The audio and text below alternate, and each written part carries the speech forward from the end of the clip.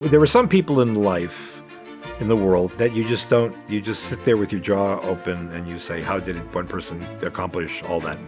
My name is Jeffrey Woolf. I am a trained medieval and Renaissance Jewish historian, specializing in Jewish intellectual history and the history of halakha.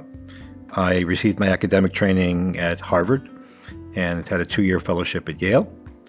And in addition, I spent 9.5 years learning under Rabbi Joseph B. Soloveitchik, from whom I received smicha. So in this episode, we are going to discuss Rashi. Rashi is a name that everybody knows and nobody knows. He lived in France. He was born apparently around the year 1040, and he died in 1105. He was born in a town which is to the east of Paris called Troyes.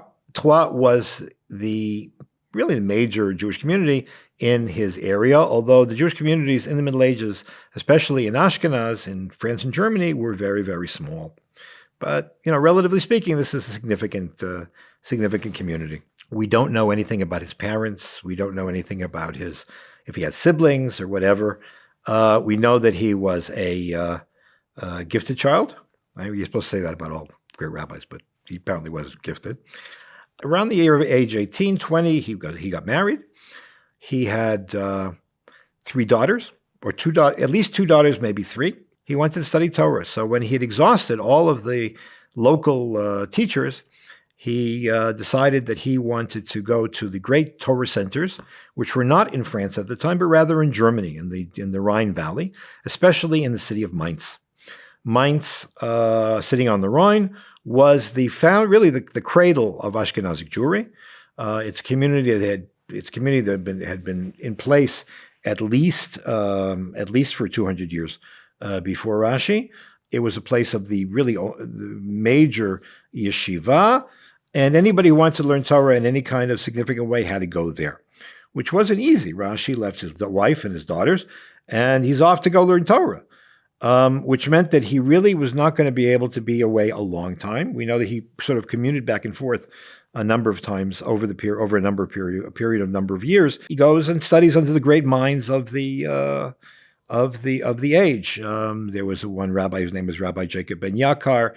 Another one's name was Rabbi Lezer Halevi, and several others who were students themselves of the really overarching great mind, the person who really put Mainz on the map from an intellectual point of view, from a Jewish intellectual point of view, whose name was Rabbi Gershon, the Light of the Exile, who died in 1028. What's important to know about Rashi is not so much what he achieved by studying in Mainz, but rather what he set his mind to do when he came home.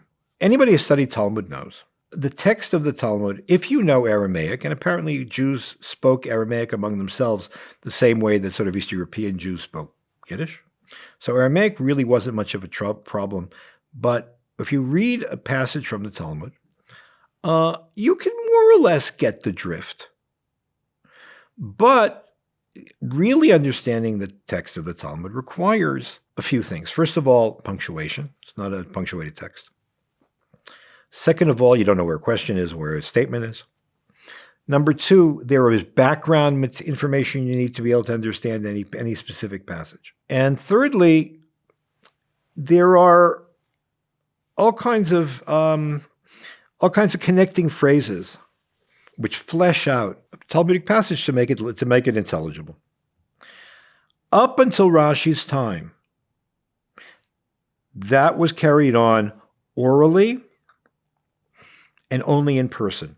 In other words, if you wanted to study Talmud, and Talmud is the be-all and end-all of rabbinic Judaism, there's no Jewish law, there's no anything without Gemara, you had to go to yeshiva, and they would study tractate after tractate, book after book, and you would study orally, and you would hear the interpretations and the supplementary, in material from senior teachers, and you learned as much as you were there for. In other words, if you were there for 10 tractates or 10 books, then you knew 10 books, and you went home.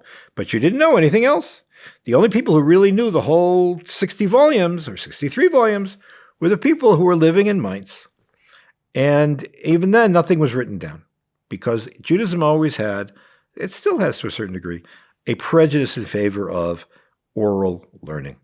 It's appropriate to quote here actually a line from Socrates, from Plato, where Plato says it's better to write things on the living flesh of one's heart than on the dead skin of animals. Rashi, for reasons that at least I do not know, decided that this is not a good idea. So he spent his time in Mainz and then in Worms, not only following these oral lessons that were given in the yeshiva, but in collecting all of the crib notes that everybody else had put together of other tractates that had been studied. And under one teacher especially, Rabbi Jacob ben Yakar, methodology of study. And he tried to learn everything possible around things that are studied in the Talmud, like the realia. In other words, if the Talmud talks about how to make a pot, so he went and found out how to make a pot. And if it has a thing about how to plow a field, he'd go find out how to plow a field, to be able to have all of the the technical things underhand.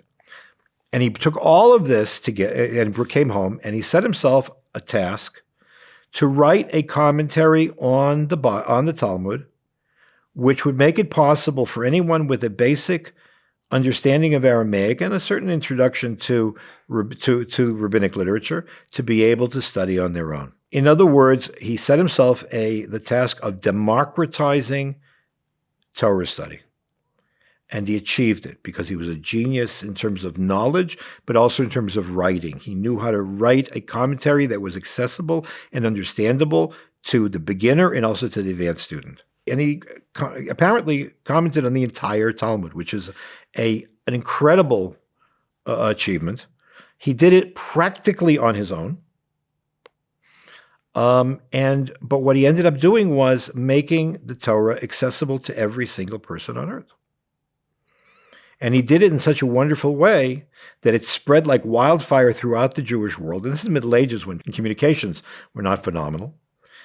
And to this day, Rashi's commentary is still the central commentary of Talmud study. Now, that would be enough.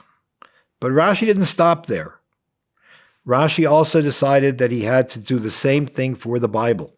So he wrote a remarkable, pioneering commentary on the Bible. Rashi wrote the first full commentary on the Bible. Other efforts had been made elsewhere, but Rashi's was really the first one to go from beginning to end.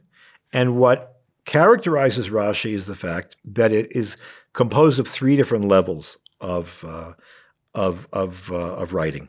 Number one, explaining the words, the simple meaning of the text. Number two, Rashi enlisted the huge literature of Torah comments, which were not written verse by verse, but as a separate corpus, as separate books, Midrash and Talmud, and the Talmudic passages, and enlists that in order to be able to enhance and to deepen the understanding of the Bible. And when it comes to the Pentateuch, to the 5 books of Moses, by integrating rabbinic interpretation with the study of Bible, he drove home the point that the only way to understand the written law is through the oral law. And third, he dots his commentary, certainly a little less in his commentary on the first 5 books, but certainly in the rest of the book, with polemic. One of the more important points of contention between Jews and Christians was who owns the Bible. The Christians argued from the time of Paul that the Bible is a Christian book and that it predicts the coming of the central figure in their religion. And the Jews had to learn how to fight back against that because they were very creative in terms of showing how the Bible is a Christian book. So Rashi coded into his commentaries Jewish approaches to the Bible, which refuted Christian commentary. And finally, I said 3, but there's actually one other extra element, and this is true especially in his commentary of the first 5 books. Rashi made a point of picking interpretations of the rabbis to use to comment on biblical verses to instill in his readers belief in God, trust in God, sense of sanctity. He worked very hard to instill in his readers humility, which was the most important moral quality in his opinion. So he completed that as well. But that wasn't all. Rashi also was the head of the Jewish community in Troyes. He was asked questions of Jewish law from all over the world. He wrote responsa. There were some people in life, in the world, like Maimonides, who we're not going to talk about today, but that you just sit there with your jaw open and you say, how did one person accomplish all that so much? But he did. To this day, Rashi is the premier Bible commentary. Everybody else, everything that's written afterwards are footnotes on Rashi, both in terms of the Bible and the Talmud, and a lot more. So that here in 65 years, one person transforms all of Judaism. And by the way, when it comes to Bible commentary, he had a profound impact on Christians as well, because Christians had heard of Rashi, and they learned it's from his grandchildren especially. They were exposed to Rashi's commentary on the Bible, and as a result, we know that Rashi had a profound impact on Christian Bible commentaries, even on the translation of the Bible to German by the creator of modern anti-Semitism, Martin Luther. But go no. Great are the ironies of history. The Rohr Jewish Learning Institute has the largest collection of Jewish media online. Hit subscribe for more.